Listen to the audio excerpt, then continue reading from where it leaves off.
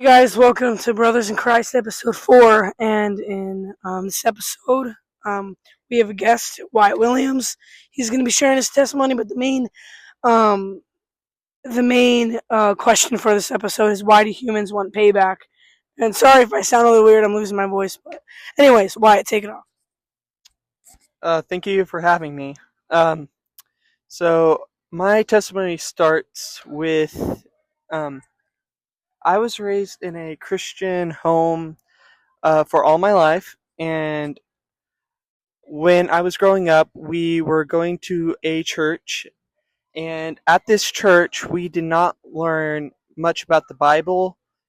Instead, we learned more about key points, which did not really help me grasp God's love and stuff. All it was just points. Like, love someone, you'll be loved back. And that's what you got left with for an entire week.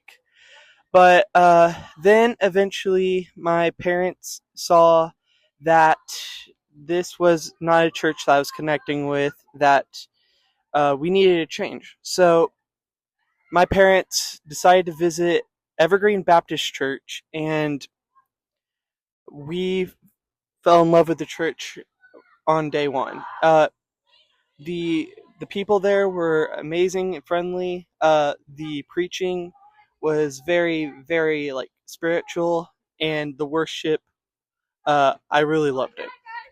And I've just grown with God ever since. I've been going to Evergreen, and yeah. Well, Wyatt, that's a really good testimony. Evergreen is a great church.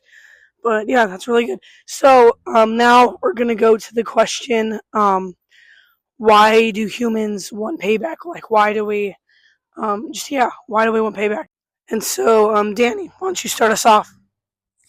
Cool. So, what I believe was like why we want payback is like it's the devil. It's Satan trying to get us to sin. It's like turning against each other. He's trying to make us like be enemies, and because the farther we are apart, the less we learn about Jesus and fellowship together, and the weaker we are. And so that's basically the main reason, I think. And Payne, why don't you go? Yeah, that's good. It's just I think payback is where it's like, oh, someone did something to us, so obviously I have to do something back, or something like Satan puts that thought. Satan puts that thought in our mind, like, oh, we have to get him back. We have to make him feel like what we felt whenever he did that. And so I'm gonna give it to Johnny. So it's like we will get the feeling, oh, since he got me first, this gives me the right to get him back. But that's not true. We have to love our neighbors as ourselves and turn the other cheek. Yeah. And so I'm gonna pass the mic to Wyatt. Thank you.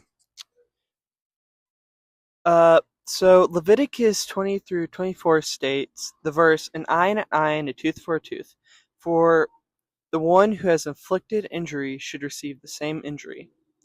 And then Matthew 5, verses 38 through 42 states, you have heard that it was said, an eye, and a tooth for a tooth. But I tell you, do not resist an evil person. If anyone slaps you on the right cheek, turn to them and let them slap the other cheek also. And if anyone wants to sue you, let them take your shirt and hand over your coat as well. If anyone forces you to go 1 mile, go with them 2 miles. Give to the one who asks you, and do not turn away from the one who wants to borrow from you. Yeah, that's pretty good. And so in that verse in Matthew, who's saying that? Jesus was preaching on his Sermon on the Mount when he gave this. That's pretty cool. And so I think just reading that verse, we should all answer in our life, what does it mean to turn the other cheek? So, and like for me, I would say that turning the other cheek would be if someone wrongs you, if someone's um like bullying or stuff like that, just being rude to you and stuff. Just because someone's doing that doesn't give us the right, or doesn't mean that we should bully them back or say stuff back. just to make us feel well that we got him back.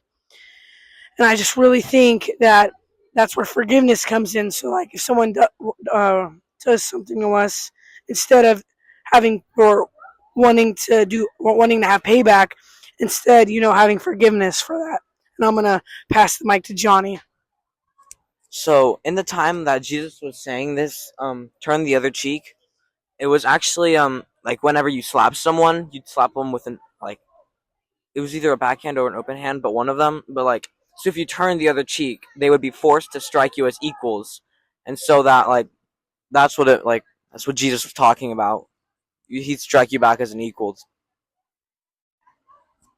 Yeah, that's what I think. But I don't really have anything else to say on the matter. So, Well, Peyton. just what is turning of the cheek look like to you in your life? Oh, okay. Turning the other cheek for me is just not like retaliating at someone out of anger or like at all.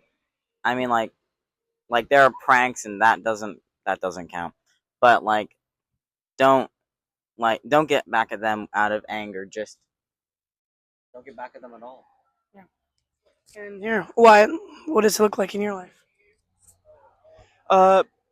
When I was in second grade, I had a elementary like guy who picked on me a lot.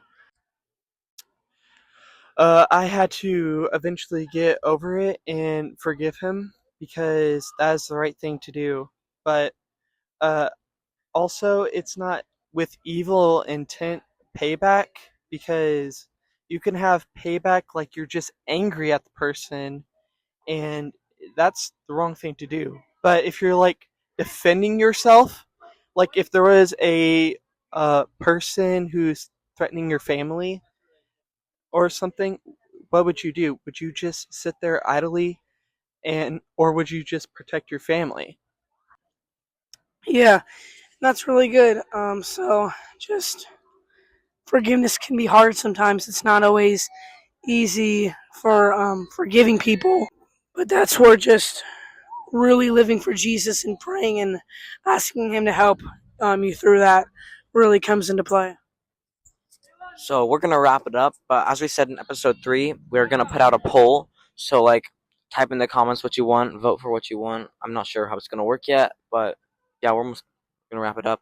Yeah, so we're just gonna have a poll, and you guys will be able to vote on what we're gonna talk about in episode 5. And so we're super excited, but we just pray that you guys just have a great rest of your day. Yep. See ya.